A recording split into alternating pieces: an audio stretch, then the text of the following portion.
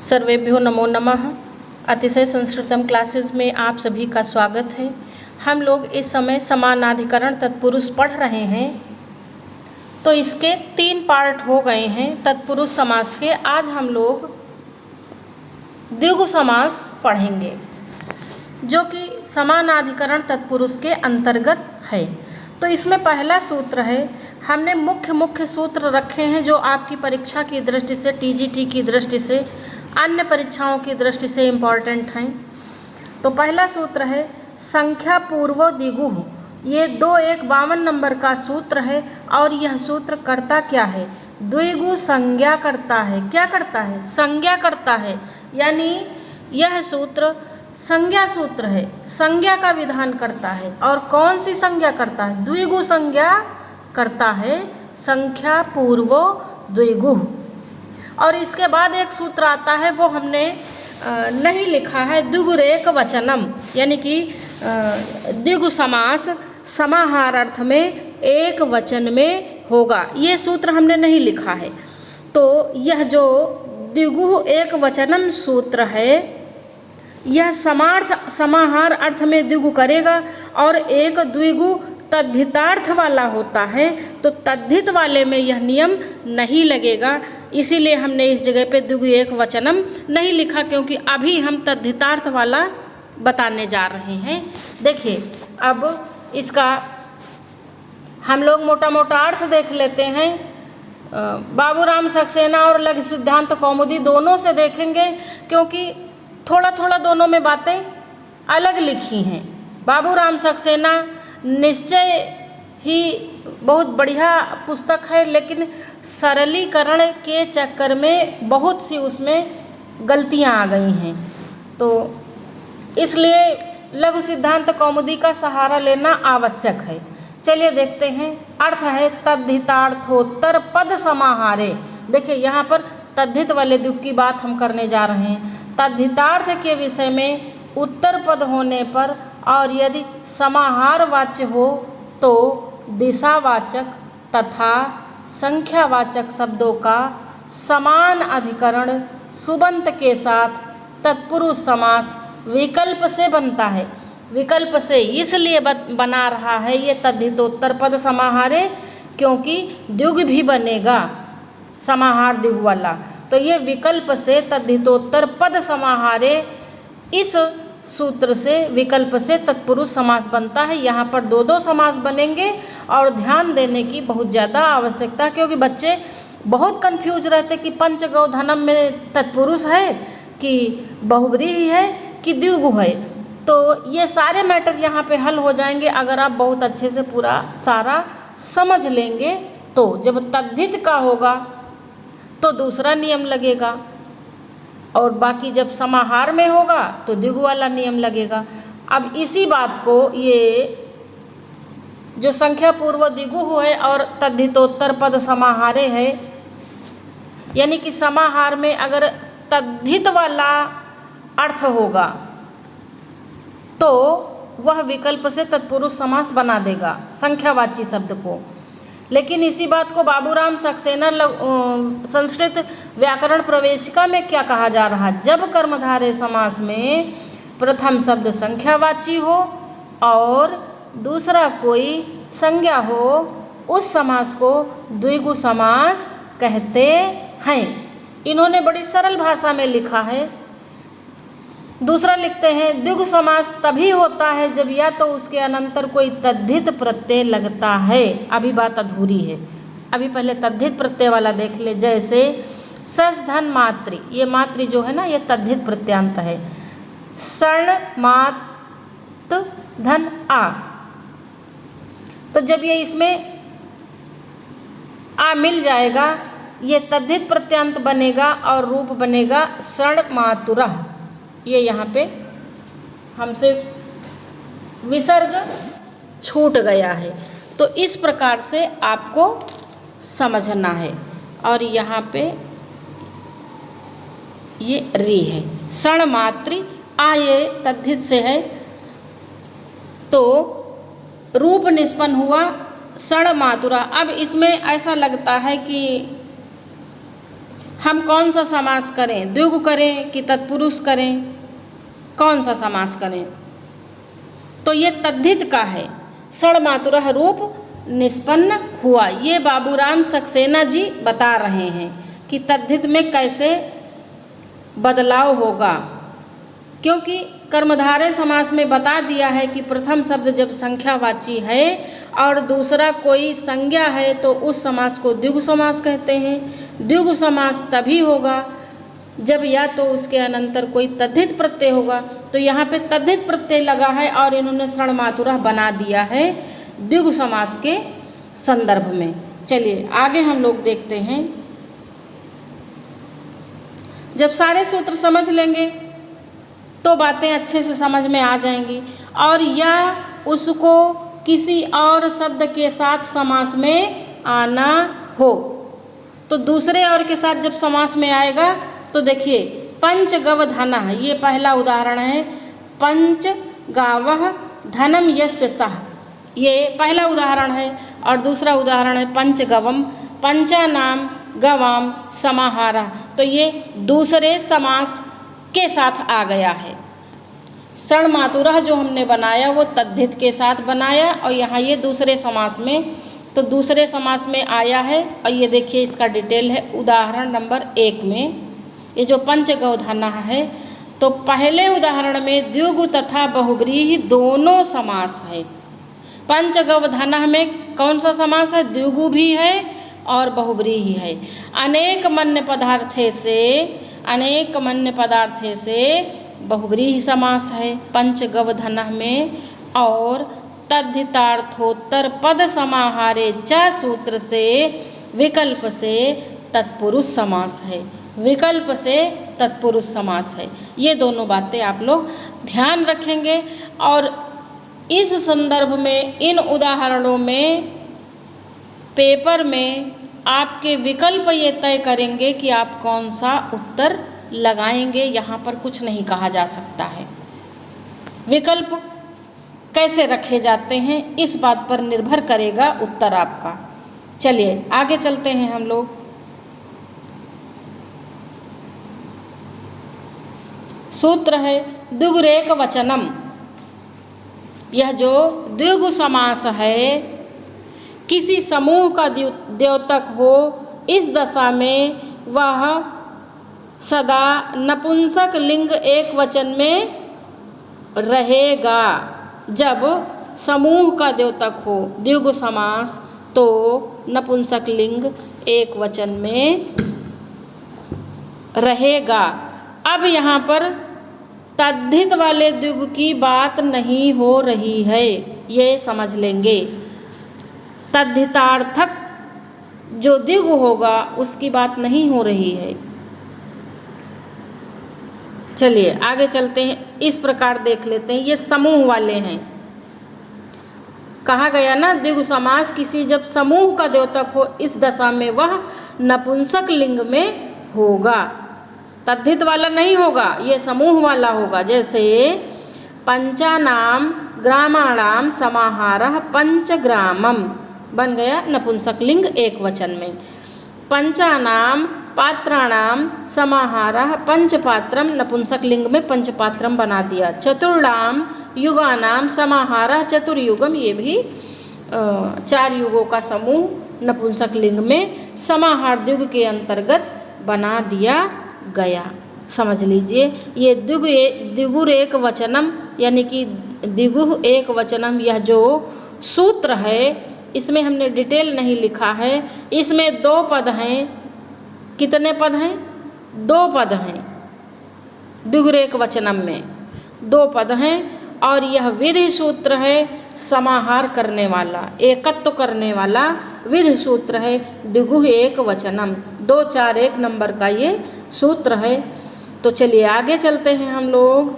अगला सूत्र है, ये हम सारे समास बाबूराम सक्सेना और लघु सिद्धांत कौमुदी दोनों को मिला के चल रहे हैं, क्योंकि अब मुझे लगता है कि बाबूराम सक्सेना उतना पर्याप्त नहीं रहा है टीजीटी के लिए, क्योंकि अब काफ़ी कठिन प्रश्न पूछे जाते हैं।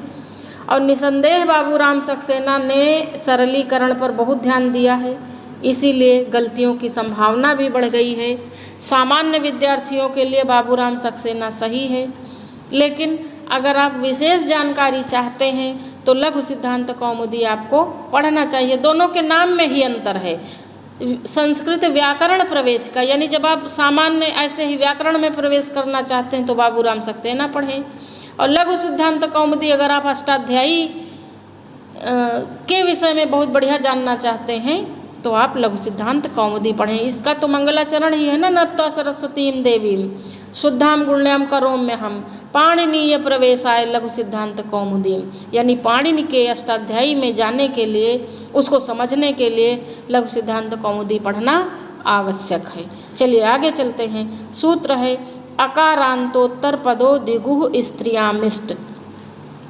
ये सूत्र हमने उससे लिया है, बाबूराम सक्सेना से। फिर अगला इसमें वार्तिक जुड़ा है पात्रांतस्य न, ये पात्रांतस्य न वार्तिक है। तो ये सूत्र और वार्तिक क्या कहता है?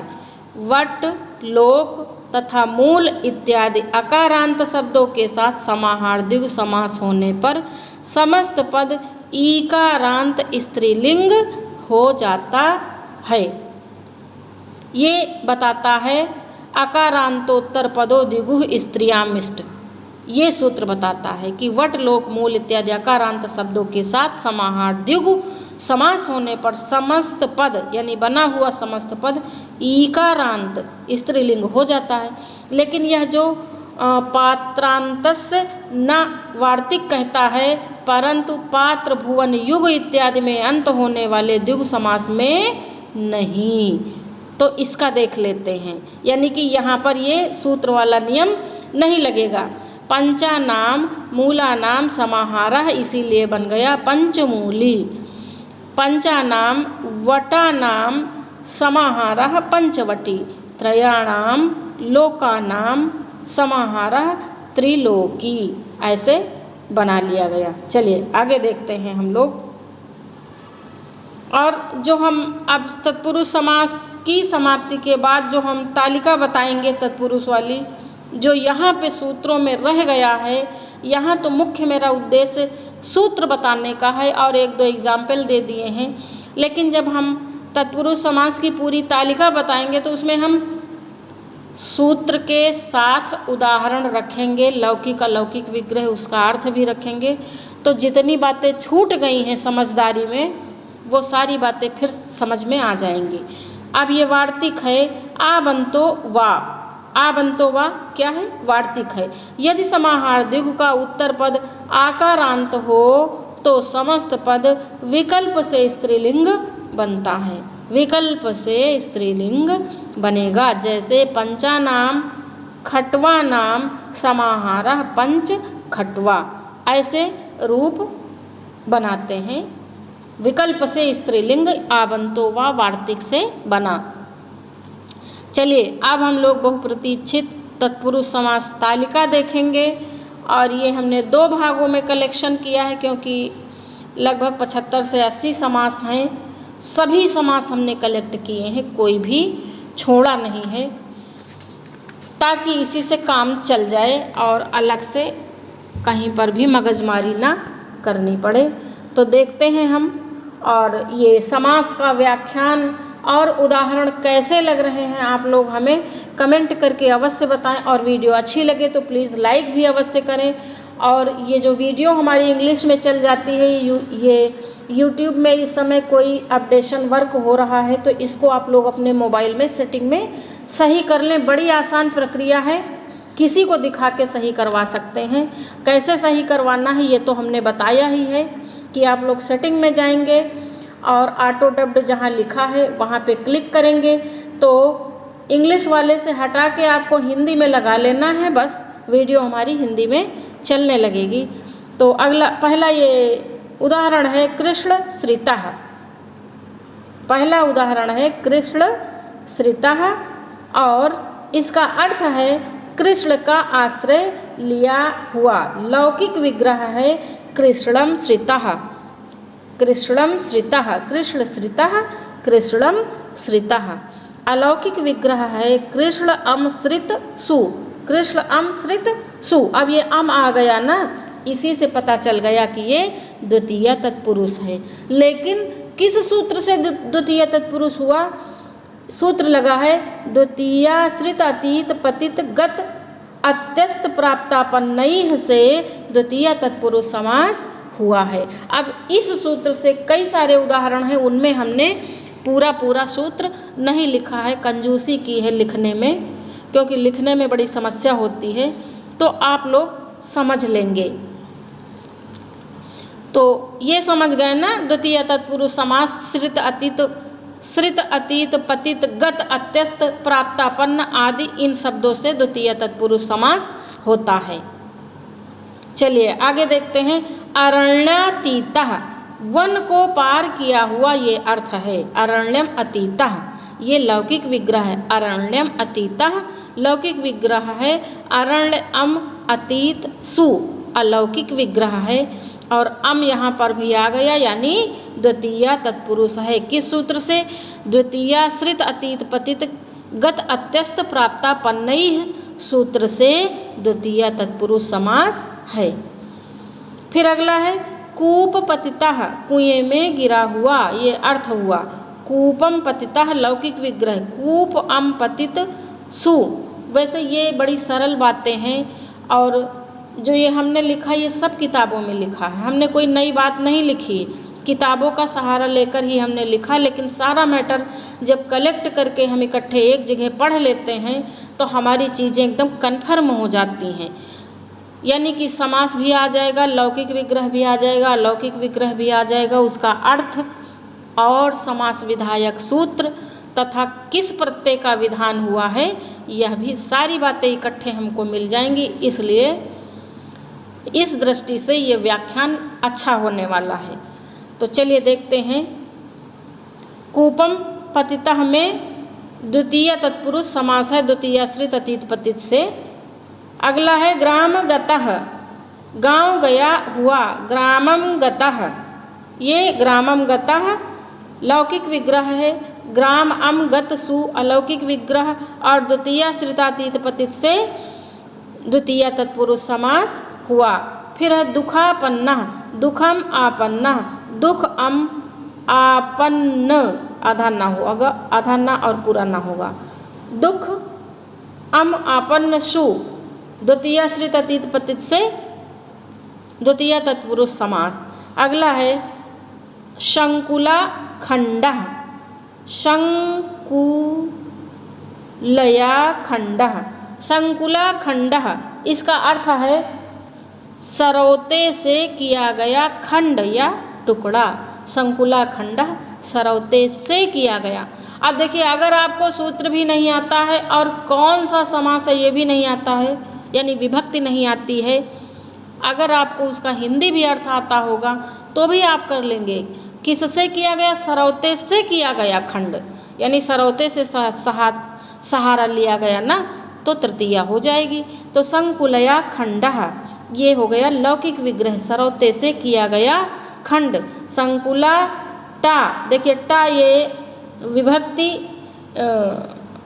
का चिन्ह है टा, और खंड सु अलौकिक विग्रह। संकुला टा खंड सु अलौकिक विग्रह हुआ, और सूत्र है तृतीया तत्कृतार्थेन गुणवचनेन सूत्र से तृतीया तत्पुरुष समास है।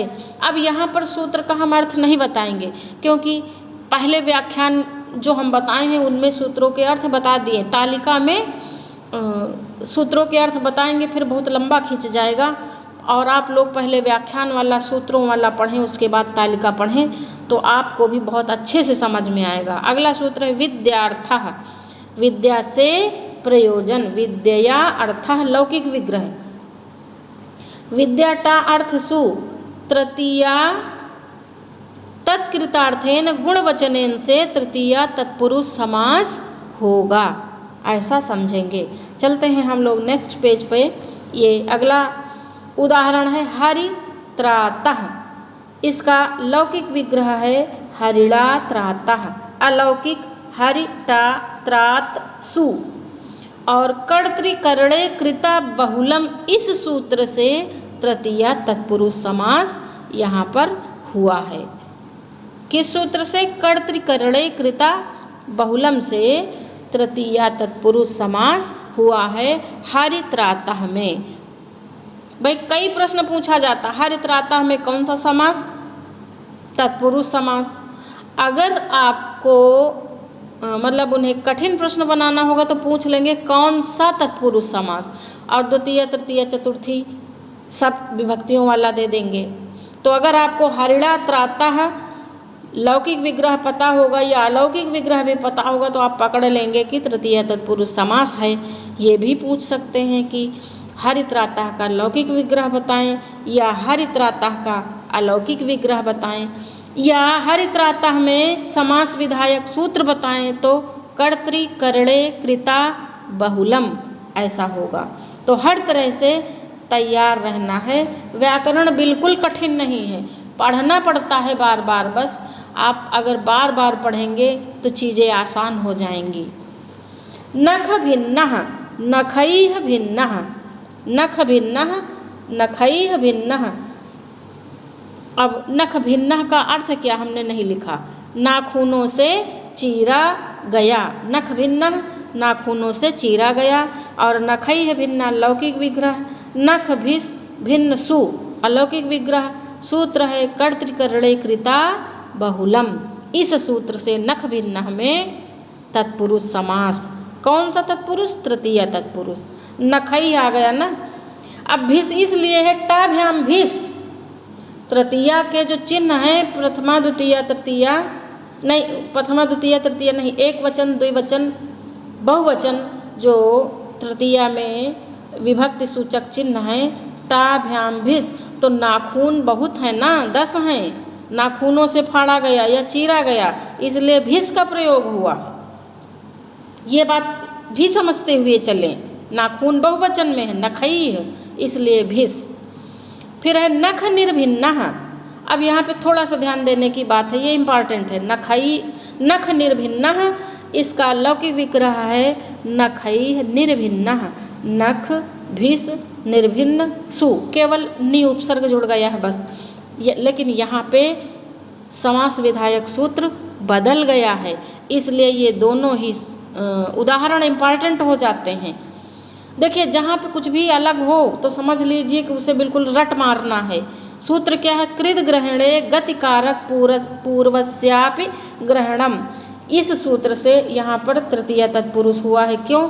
नि उपसर्ग है, फिर भी समास का ग्रहण यहाँ पर किया गया है।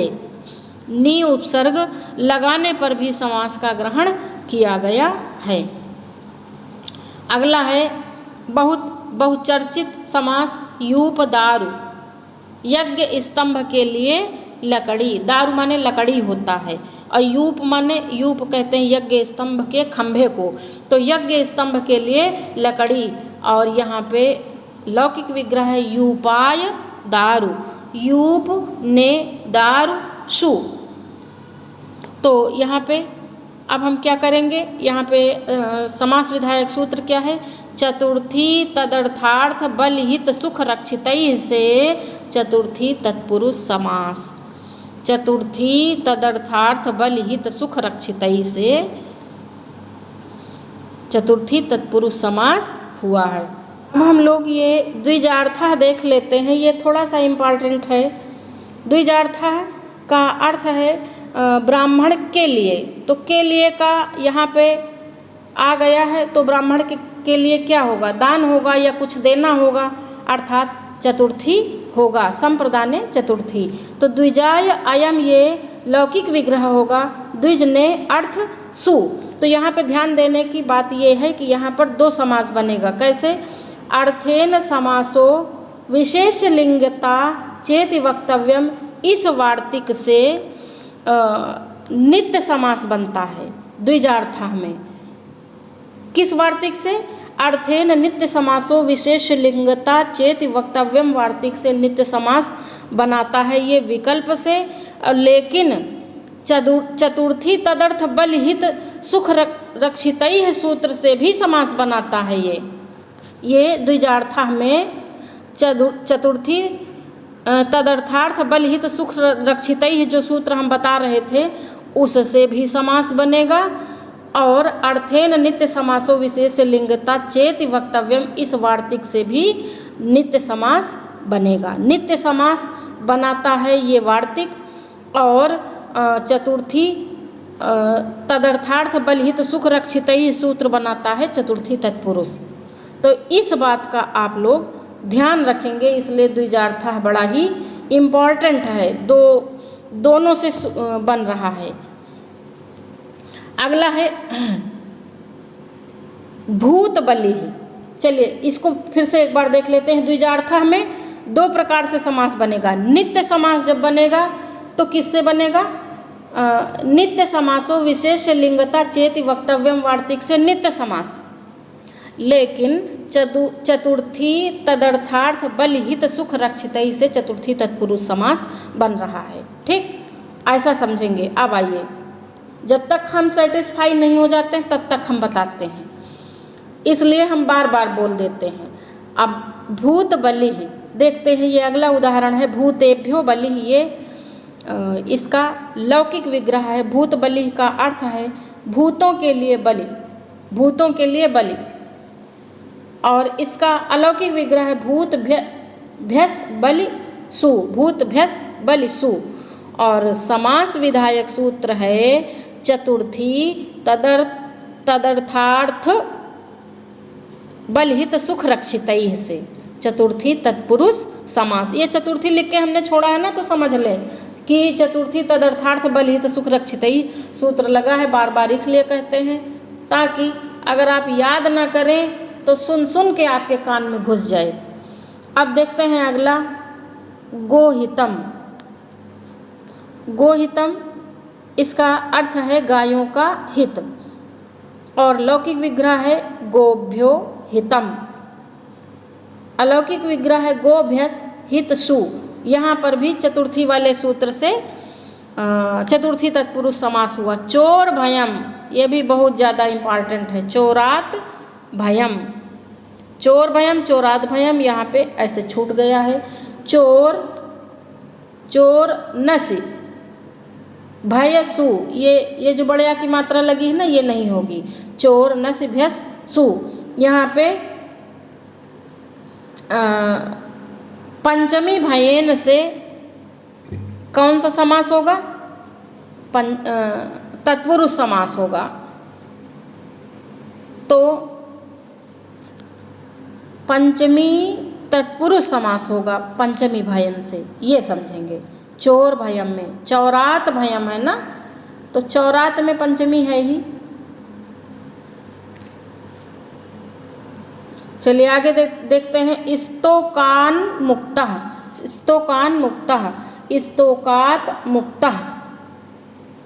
तो यहाँ पर स्तोकात मुक्तः ये इतना पद लौकिक विग्रह है। और स्तोक नस्य मुक्त सु ये अलौकिक विग्रह है।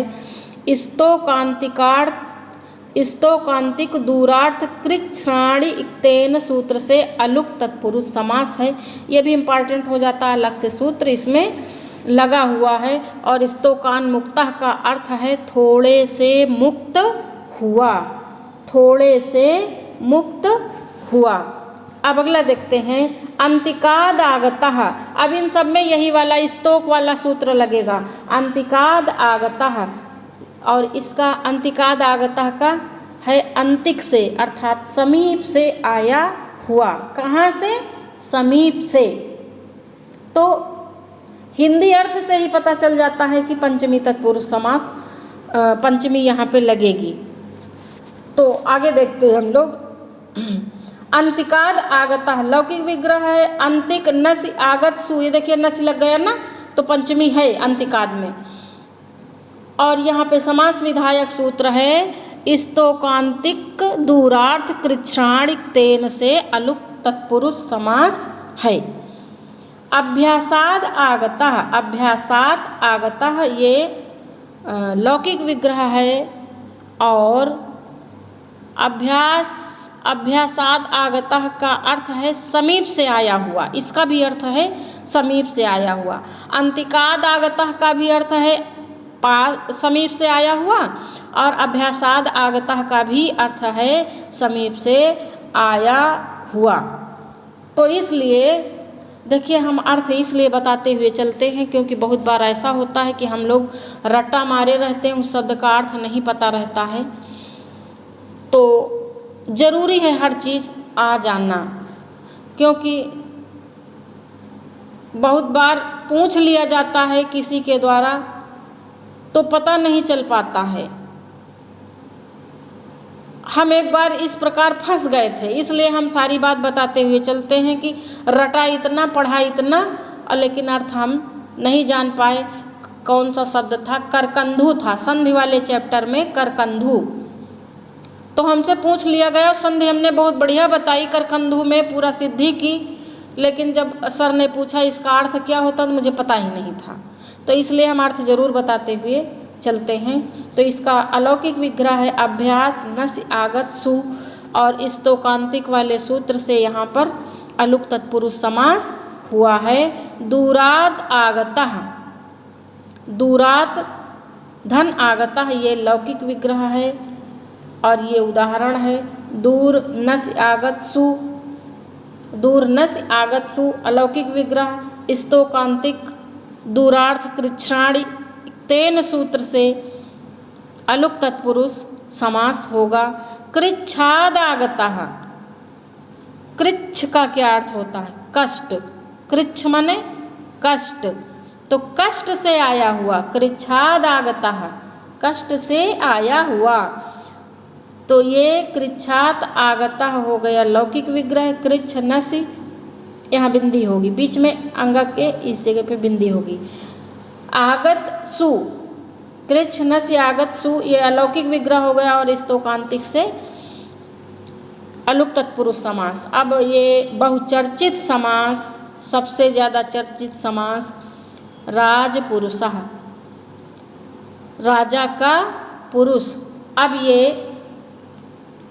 यहाँ पे राज्ञः पुरुषः, ये इसका लौकिक विग्रह है, और अलौकिक राजन्नस पुरुष सु, और समास विधायक सूत्र है षष्ठी। षष्ठी से षष्ठी तत्पुरुष समास हुआ है। आत्मज्ञानम, इसी प्रकार आत्मनः ज्ञानम, आत्मन्नस ज्ञानसु, षष्ठी सूत्र से षष्ठी तत्पुरुष। मनोविकारः, मनसः विकारः, मनसनस विकारसु, षष्ठी से षष्ठी तत्पुरुष समास। आगे अच्छा, यहीं तक हमने किया है और इस चैप्टर को हम लोग यहीं पर समाप्त करते हैं। और अभी बचे हुए उदाहरण हम लोग अगले चैप्टर में लेकर आएंगे। बहुत सारे अभी उदाहरण हैं और आप लोग बढ़िया से पढ़ें, सारे उदाहरण रट लें। यहाँ से ये तो समास चैप्टर में पूछा ही जाता है, साथ ही साथ जो आपकी रचनाएं लगी हैं उनसे भी समास पूछे जाते हैं। तो अगर सूत्र के हिसाब से बढ़िया अच्छे से पढ़ लेंगे तो आपका कुछ भी गलत नहीं होगा। और हम आपकी तैयारी में हमसे जितना सहयोग होगा हम करेंगे। आप लोग पढ़ते रहें। आज यहीं तक, धन्यवाद।